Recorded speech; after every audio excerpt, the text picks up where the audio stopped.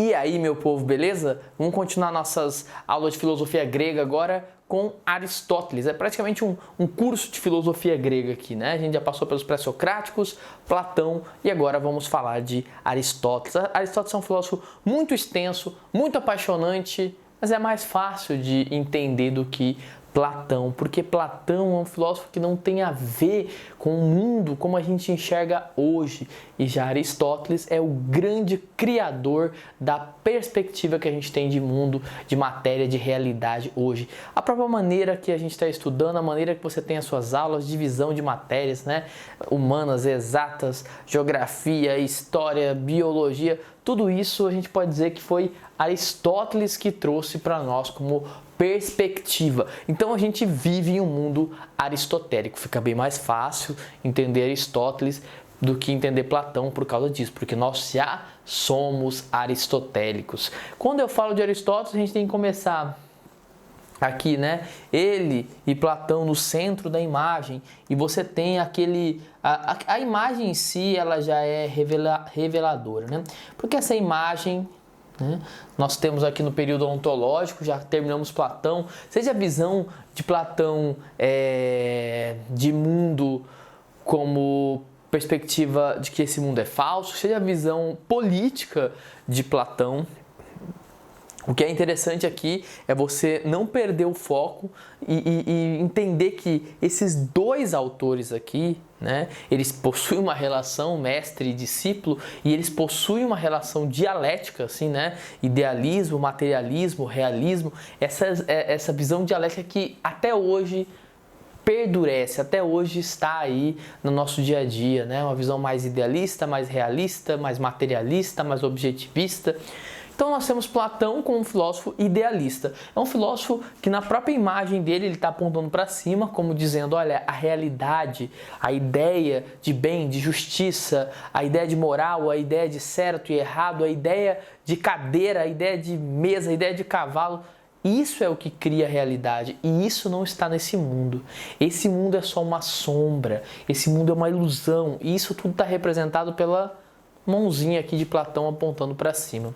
E também tem aqui Platão com um livro, o Timeu, na mão, né, representando a sua teoria política, né, a República, o Timeu. E nós temos aqui Aristóteles, a sua perspectiva política não, política até é mais república, a sua perspectiva ética, tá?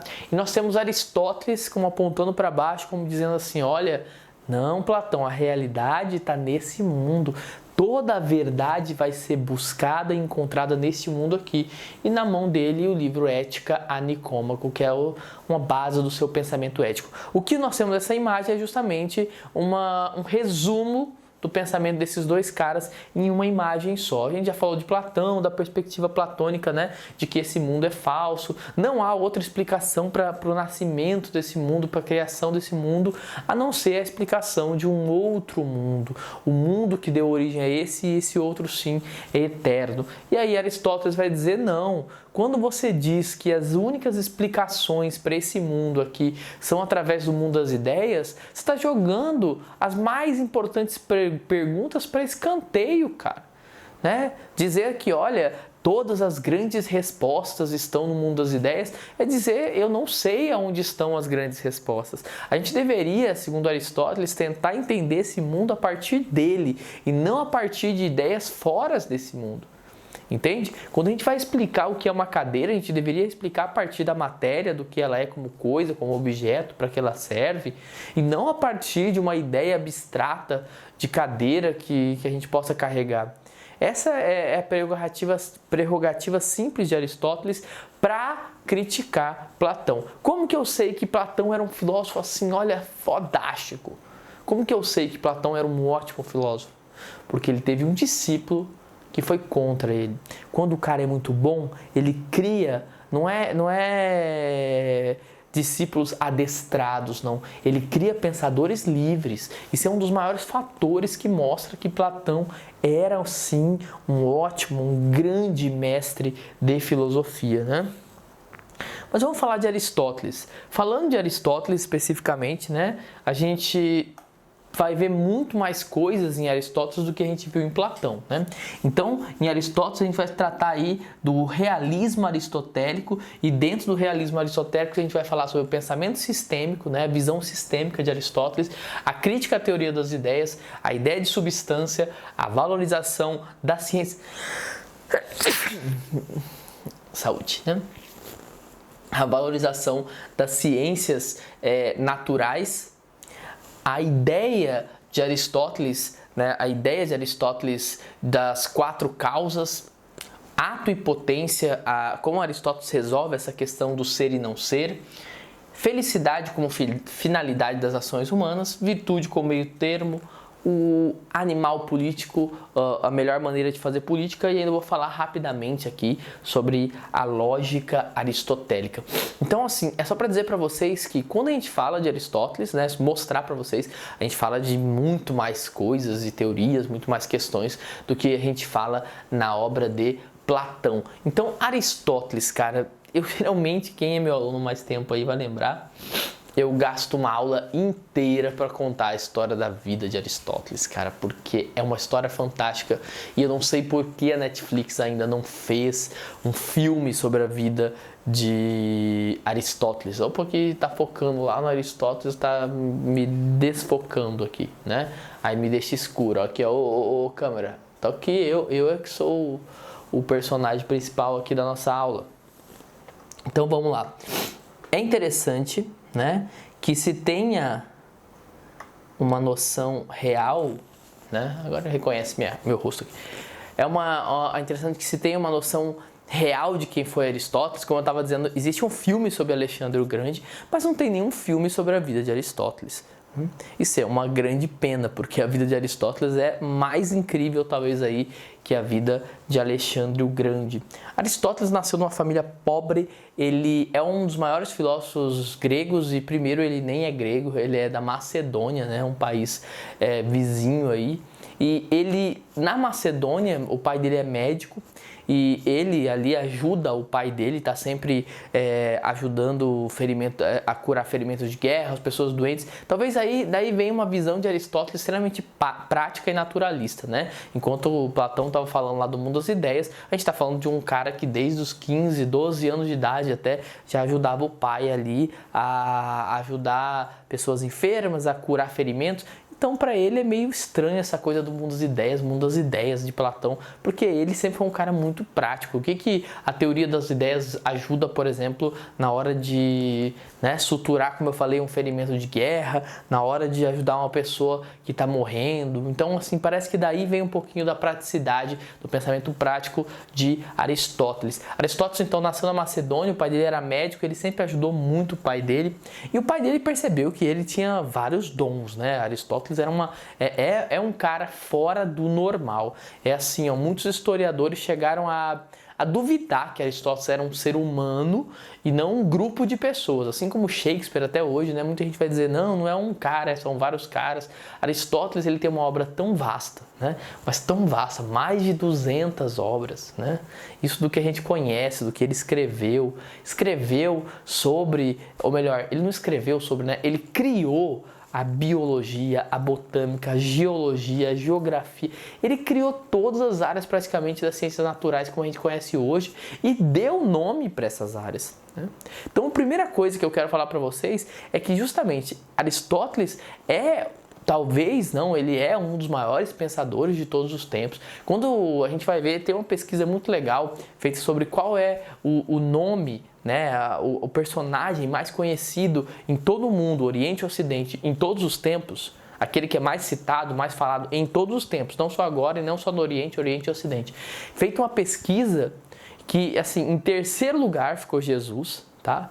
Em segundo lugar ficou Platão e em primeiro lugar, como o cara mais citado de todos os tempos, o cara mais conhecido, mais famoso de todos os tempos, Aristóteles. Tá? Por isso mesmo, por ele ter criado todas as áreas, por causa desse pensamento sistêmico que criou as ciências como a gente conhece hoje. Mas como eu estava dizendo, ele nasceu na Macedônia, o pai dele era médico, e até então pai dele não era rico, tá? Ser médico nessa época não é sinônimo de nenhuma riqueza. Mas o pai dele vai ajudar o rei da Macedônia com uma doença.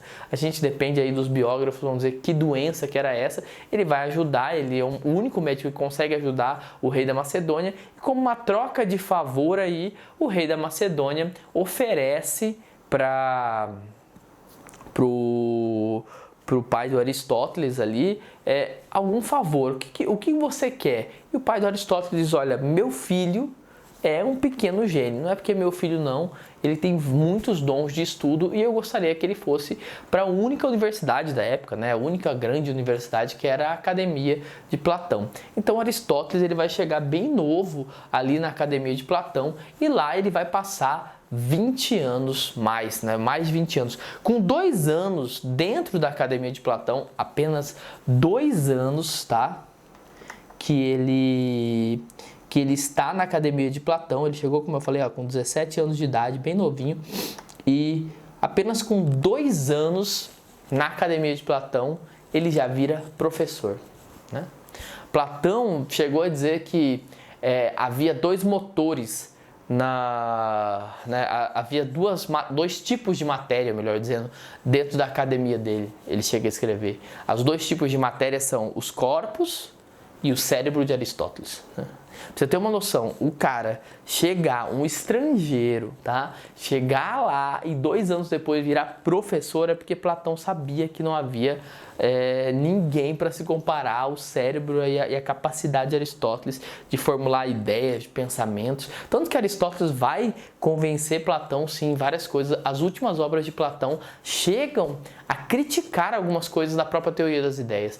Obras de Platão, tá? As últimas obras de Platão se mostram influenciadas pelo pensamento de Aristóteles, tá? Pra você ver o quanto esse cara conseguiu até mesmo dobrar um pouquinho o próprio pensamento do mestre dele, tá? Apesar que publicamente Aristóteles nunca vai questionar Platão. Publicamente, Aristóteles é apaixonado por Platão, assim como Platão é apaixonado por ele. São mestre e discípulo, uma relação aí de, não entenda errado, não é uma relação de mestre e discípulo, mas os dois têm uma admiração mútua muito grande, né? E assim, apesar de criticar Platão, Aristóteles admira muito o seu mestre e assim, na prática, tudo que ele fala ali de contrária à teoria de Platão, ele faz isso com o maior respeito, admiração. Ele diz que Platão é a maior mente que ele já conheceu, é o maior pensador que ele já conheceu. Entenda, Aristóteles saiu do país dele, foi lá para a Grécia, acabou virando professor. Só que um pouco tempo depois dele virar professor, 20 anos depois dele virar professor, Aristóteles... Melhor, deixa eu voltar aqui para ficar mais claro, né? Então, como eu estava falando, para você entender, Aristóteles vai para lá, pouco tempo depois ele vira professor, pouco tempo depois ele já vai criar suas teorias, né? Ele já vai começar a formular suas teorias, contrário ao pensamento de Platão, apesar de não revelar isso ao grande público, né? Um tempo depois, né, todo mundo ali já começa a perceber que quando Platão morrer, quando Platão partir, todo mundo sabe que só há uma pessoa que tem, assim, altura para ficar no lugar de Platão. Só tem uma pessoa. Essa pessoa é Aristóteles, né? Abre aspas aqui. Uma curiosidade. Aristóteles era baixinho, tá? Ele era gago, pelo que se diz, e ele tinha uma perna menor que a outra. Isso é para você entender que ele não era esse cara aí de 2 metros, né, bombado que você está vendo aí, e que as limitações que a gente tem física, isso não não faz a menor diferença. Saber que Aristóteles era gago e era um dos maiores retóricos da sua época, ninguém falava, tinha um discurso fantástico, né? Você tem relatos de quando Aristóteles começava a ler o que ele escreveu e as pessoas realmente achavam aquilo fantástico, né? E há fatos históricos que mostram que ele tinha, né, problemas de gaguejar, que ele tinha problemas na perna. Isso é só para dizer para vocês que isso não muda em nada, né? Suas limitações físicas não mudam em nada quem você é aí. Mas para ser mais objetivo aqui, 20 anos depois, Platão ele vai morrer. E todo mundo sabe que quem tem que ficar no lugar de Platão é Aristóteles, né? Só que Aristóteles é um estrangeiro, né? Aristóteles tem uma teoria contrária a Platão, todo mundo sabe disso, então Aristóteles vai ser caçado, vai ser quase morto, porque ele representava um perigo para o sobrinho de Platão, acho que ficou com a academia, alguém que nem foi importante para a história da filosofia em si, né? Aristóteles sai de lá, ele sai fugido, acaba indo para uma ilha perto da Grécia, lá ele faz amizade com o rei, acaba virando tutor da filha do rei, ele acaba se casando pouco tempo depois já com a filha do rei, que não era tão nova assim. E aí parece até que foi realmente uma paixão de Aristóteles. 2 anos, poucos anos depois dele casar, a ilha é invadida por um exército inimigo, o rei é morto, a filha é morta e somente Aristóteles sobrevive. Quando Aristóteles sai dessa ilha, ele volta para Macedônia. E já na Macedônia ele volta lá como um grande filósofo. E o rei da Macedônia, ainda vivo, né? Sendo apresentado Aristóteles, né? Como, olha, sabe aquele aluno que você ajudou? Aqui está agora, ele é um grande filósofo. Então o rei da Macedônia vai dizer assim, olha, já que você hoje é comprovadamente um dos maiores filósofos, pensadores da nossa época, eu vou dar um dos meus filhos para você ser tutor, para você ser professor, né? Eu vou dar o Xandinho aqui, ó, o Alexandre para você ser o tutor. Esse é Alexandre o Magno, Alexandre o Grande, que vai ser criado, ensinado, seja na parte da guerra, na parte militar, na parte política por Aristóteles. E se diz até que Aristóteles foi justamente o grande influenciador para Alexandre quando invadia um país, ele não sair matando todo mundo, sabe, não tentar mudar a cultura de nenhum local, né? Alexandre era famoso por, em algumas regiões as pessoas até queriam ser invadidas por Alexandre, porque ele, pelo menos, ele cobrava altos impostos, mas pelo menos ele levava alguma tranquilidade. Às vezes os reis da região eram tão sanguinários, tão loucos, que algumas regiões até queriam ser invadidas por Alexandre, porque sabiam que Alexandre ia chegar lá, só ia matar quem se opor, ia tirar o rei do poder, ia cobrar os seus impostos, às vezes nem ia tirar o rei do poder, ia trazer segurança, ia deixar soldados lá para trazer segurança para o local. Então Alexandre parece que foi um grande conquistador também graças a Aristóteles. E principalmente, né, quem colocou na cabeça de Alexandre o Grande que valia a pena, que era uma missão de Alexandre o Grande invadir o mundo inteiro e levar a cultura grega, o que para Aristóteles era uma cultura superior, foi Aristóteles, né? A gente sabe que a gente está estudando Aristóteles aqui, a gente está estudando Platão, Sócrates, isso cai no Enem, cai nos vestibulares justamente porque Alexandre o Grande espalhou isso para o mundo inteiro. Alexandre e a cultura alexandrina, o que sobrou de Alexandre, mesmo depois da sua morte, é o que fez esses autores também serem mas tão importantes para a humanidade, né? Para o desenvolvimento humano. Então Alexandre é criado por ele, com 20 e poucos anos. Alexandre, ele invade a Grécia. O que você faz com 20 e poucos anos? Conquista a Grécia inteira para você, né? Através de uma tática de guerra específica, com lanças de 3 metros de comprimento, e que Aristóteles ensina para Alexandre, ele consegue invadir a Grécia.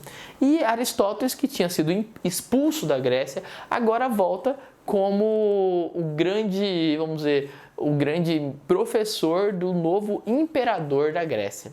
Atenas, né, vamos dizer, que eu sempre brinco que é como Alexandre ligasse para Aristóteles e falasse assim: e aí, professor, tudo bem? Eles expulsaram você aqui de Atenas, né? Pois é, o que você quer? Você quer ser o prefeito, o governador daqui? Aristóteles vai dizer: não, eu não mexo com política, não trabalho com isso, eu sou professor. Você quer o quê? Atenas, a gente sabe que a escola de Platão, né, a academia de Platão, te expulsou. Você quer que a gente bota fogo nela, destrói ela? Não, deixa ela aí. Você quer ser o novo reitor dela? E aí Aristóteles vai dizer: não quero ser o novo reitor dela. Eu vou criar a minha escola.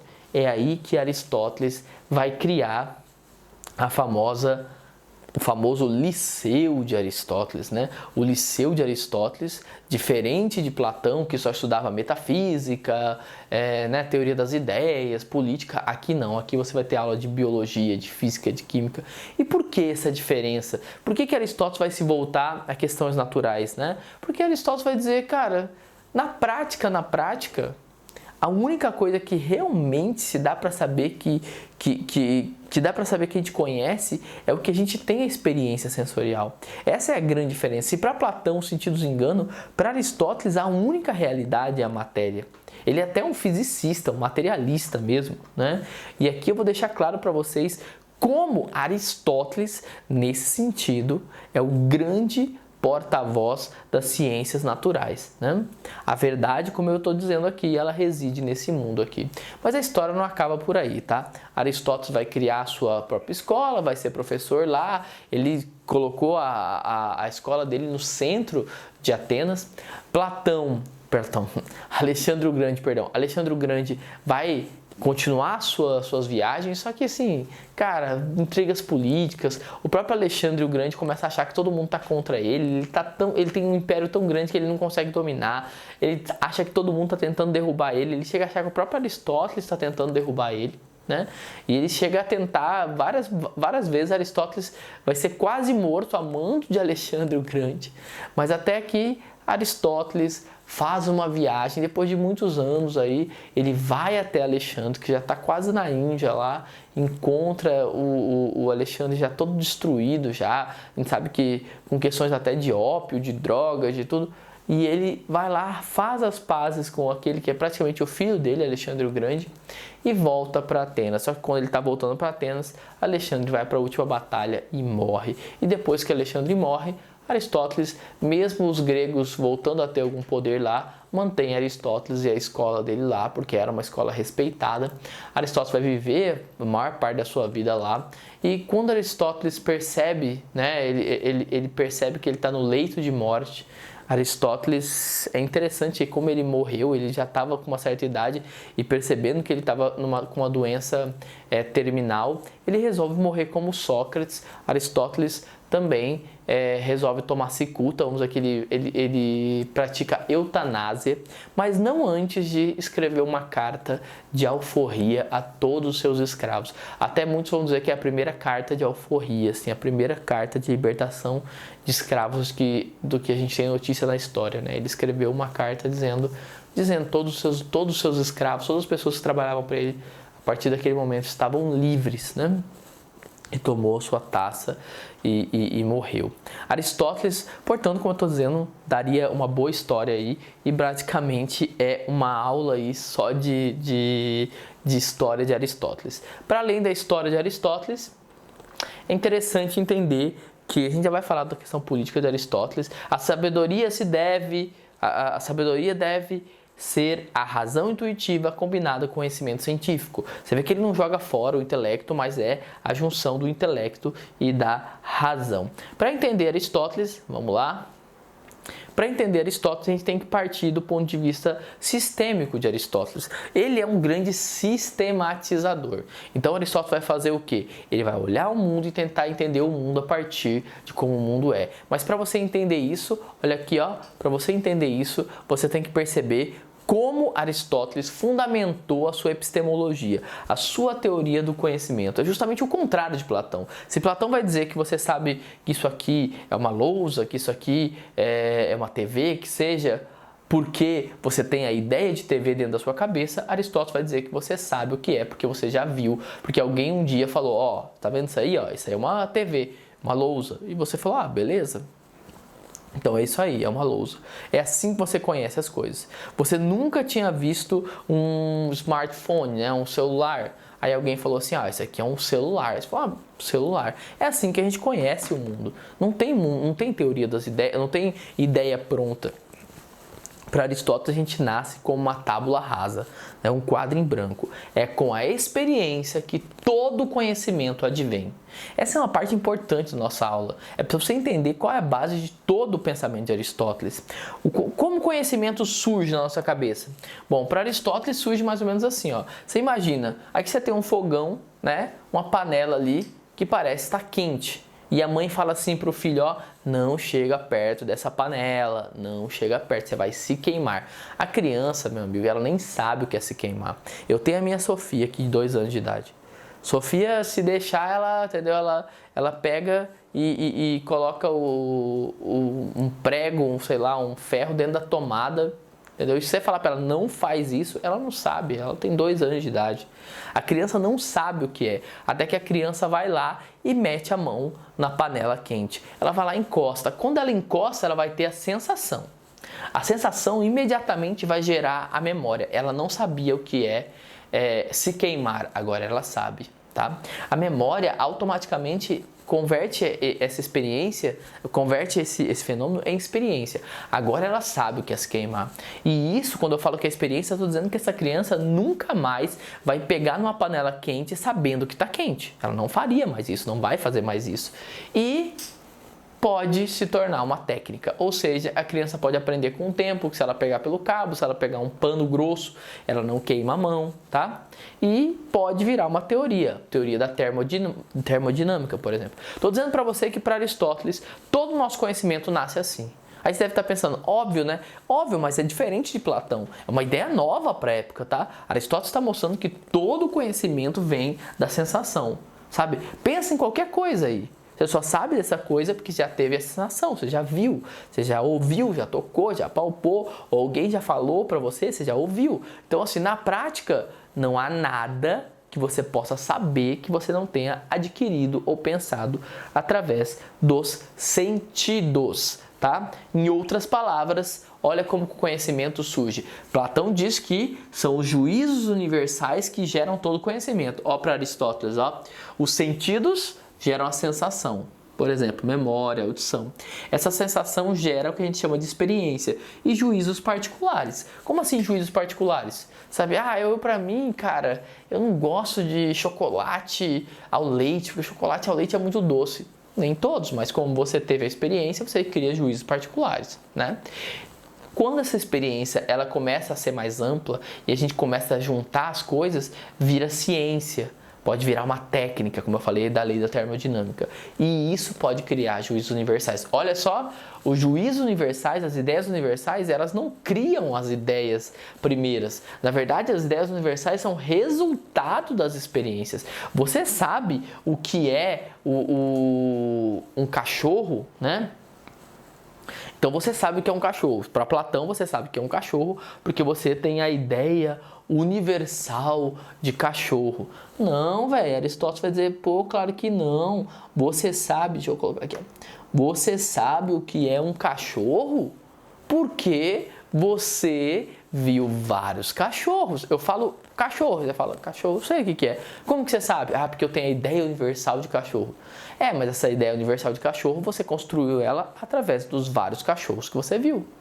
É o que eu sempre falo na sala de aula. Se eu mostrasse agora pra você, ou eu falasse, aqui, esse aqui é meu cachorro. Aí eu mostro pra você, ele tem cara de gato.